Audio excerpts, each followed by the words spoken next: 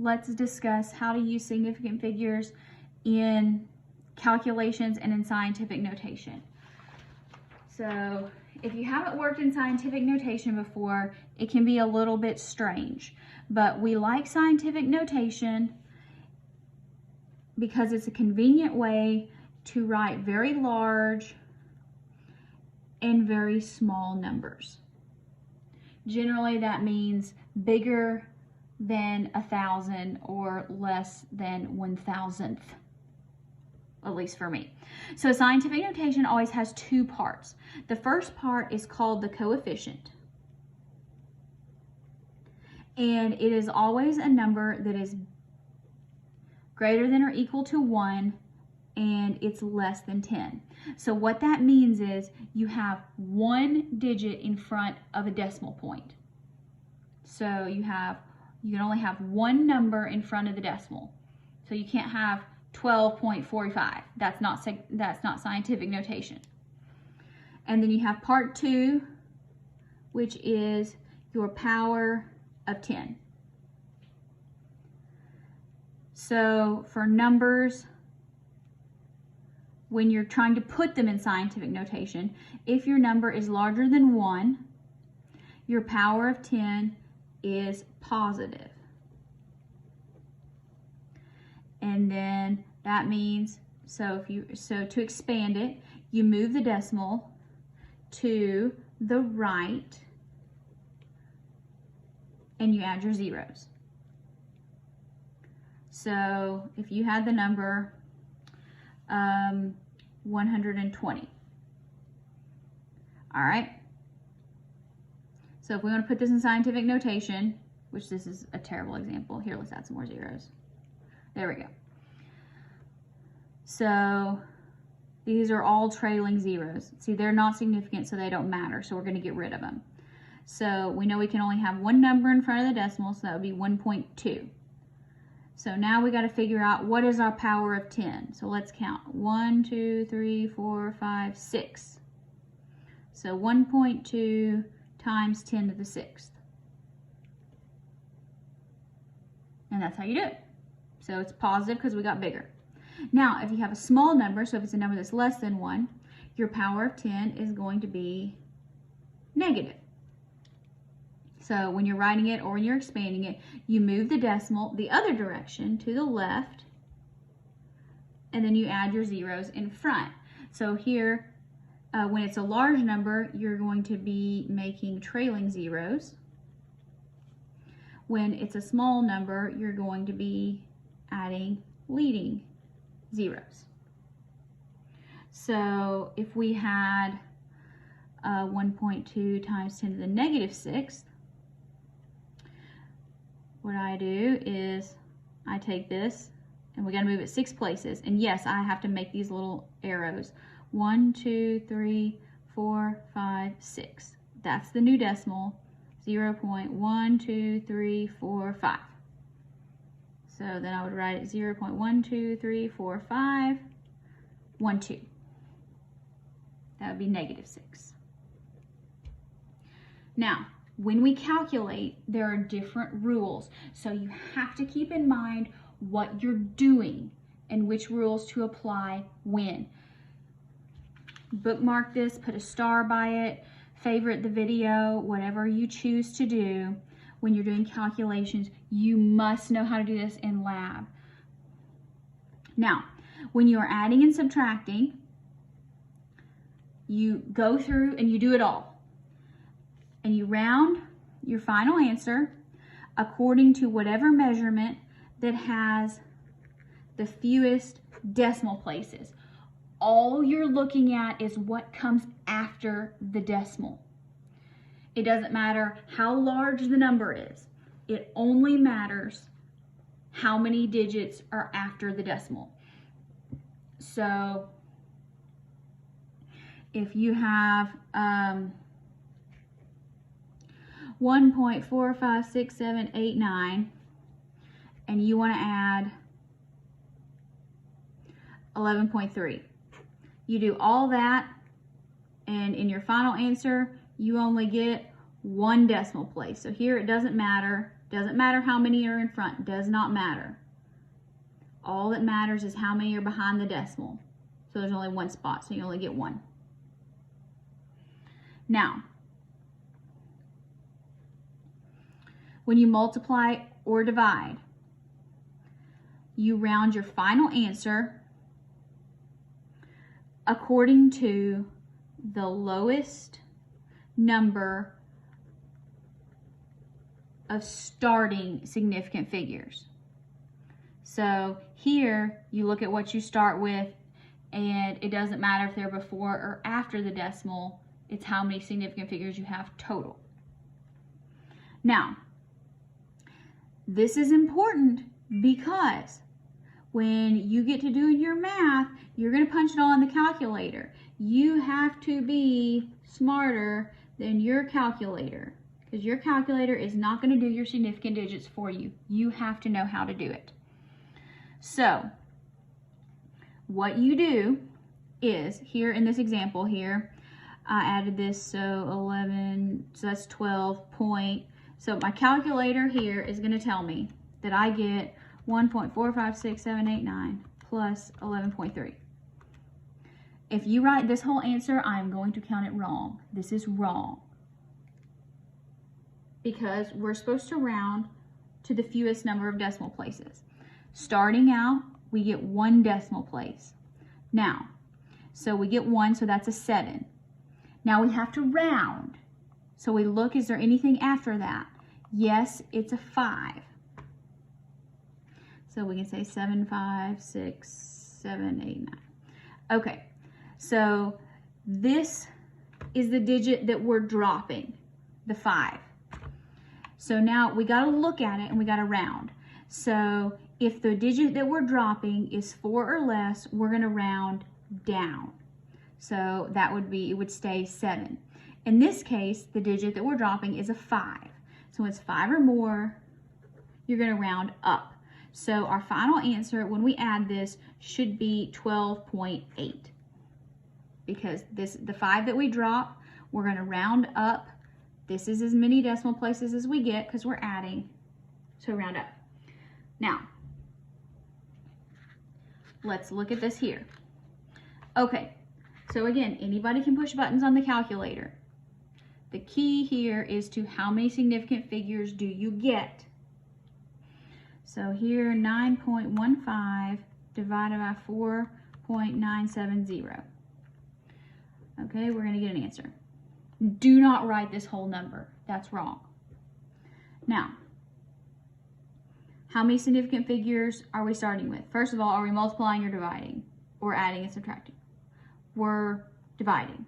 So that means we need to round our final answer to when it has the lowest number of starting significant figures. So how many does this have? 9.15. 3. How about 4.970?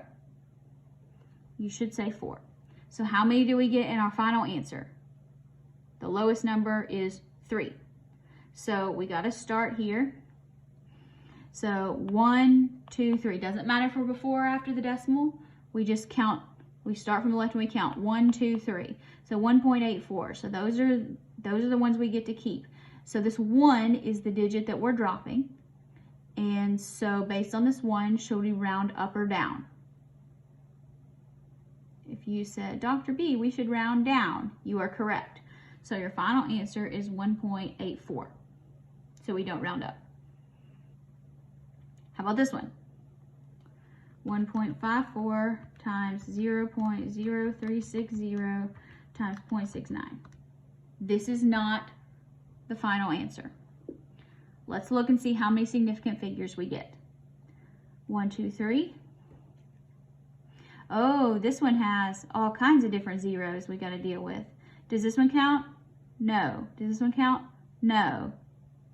1, 2, 3, 4. So that has 4. Because this is a sandwich, and this is also after the decimal point. So if it's after a significant figure and it's after the decimal point and it's a 0, it counts. How about this one? 0.69. 2. So we get 2 significant figures. That does not mean 2 decimal places necessarily. So Does this 0 count? Nope. This 0 count? Nope. All right, so we get 2. 1, 2. So our drop digit here is the 5. Do we round up or down? We round up. So our final answer should be 0.033. All right, this one, 43.7 minus 2.341. The adding and the subtracting are going to be the ones that you forget, because in the lab and everything, you're going to be used to multiplying and dividing in class, and so you'll forget about the rules when you add and subtract. Now, here we're adding and subtracting. So we want our final answer. We don't care about how many numbers are in front of the decimal place. We only care about the fewest number of decimal places. So this has 1, this has 3. So our final answer, we get 1 decimal place. So 41.3. That means we're dropping a 5. Do we round up? Yes or no? Yes, we do. So 41.4. All right. How this one? 17.6 plus 2.838 plus 2.3 plus 110.77. 133.508. Okay. Now, this is where, if you're looking and you're using multiplication rules, you say, oh, I only get 2 significant figures. Wrong. You're adding and subtracting. So that means we only count decimal places. 1 decimal place, 3, 1, 2. How many decimal places do we get in our final answer? I hope you said 1. So that leaves us with 133.5. And do we round up, yes or no? No. 133.5. Next, let's talk about another thing that we're going to have to do with in the lab particularly, is talk about the difference between accuracy and precision. Accuracy is how close a measured value is to its actual value. And generally, you'll measure this in the lab with something called like percent error. Don't worry about how to calculate it, but that's generally, so percent error reflects the accuracy of how well you did. Don't fudge your numbers, don't mess them around. If you absolutely blew it up, say, it blew up. I'm way off, I'm way above, I'm way below. Here's what happened, here's what might have happened. Precision refers to how close the measured values are to each other. And we tend to measure that. You won't do it much here if you take statistics with standard deviation. We'll talk about standard deviation when we do things in 185 lab. Now, let's talk about, I like to do this on targets. Everybody can look at a target. So you can have, if you want accurate and precise. So if the bullseye is the true value, they're all close to the bullseye and they're all close to each other. This is ideal. This is the one you want. That doesn't always happen. Now you can have accurate but not precise. So this means when you average something out, they're going to get to the true value of the bullseye. So let's say we have 1 here, 1 here, 1 here, 1 here. They all kind of cancel each other out, and so the average is going to be accurate, but do you see they're not close to each other like this? We can even take more further out.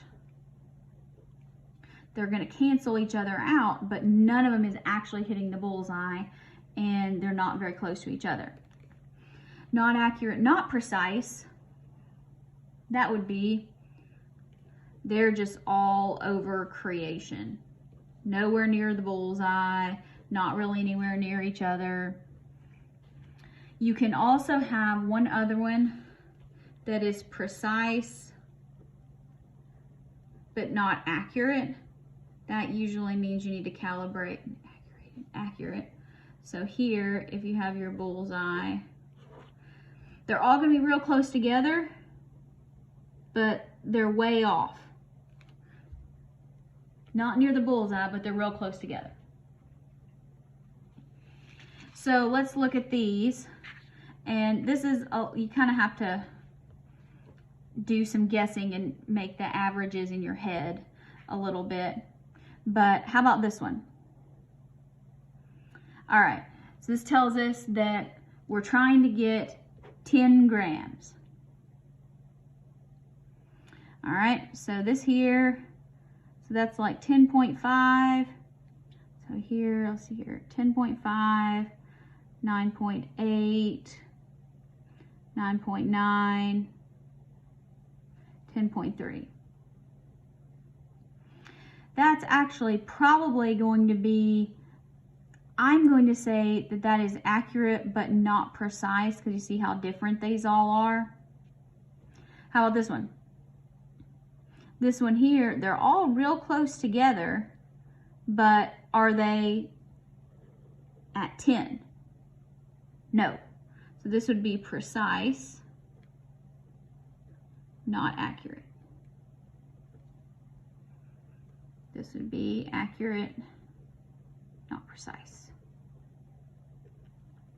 And this one here, on the money. So this would be precise and accurate, or accurate and precise. So need to know the difference, especially when you're talking about things in the lab.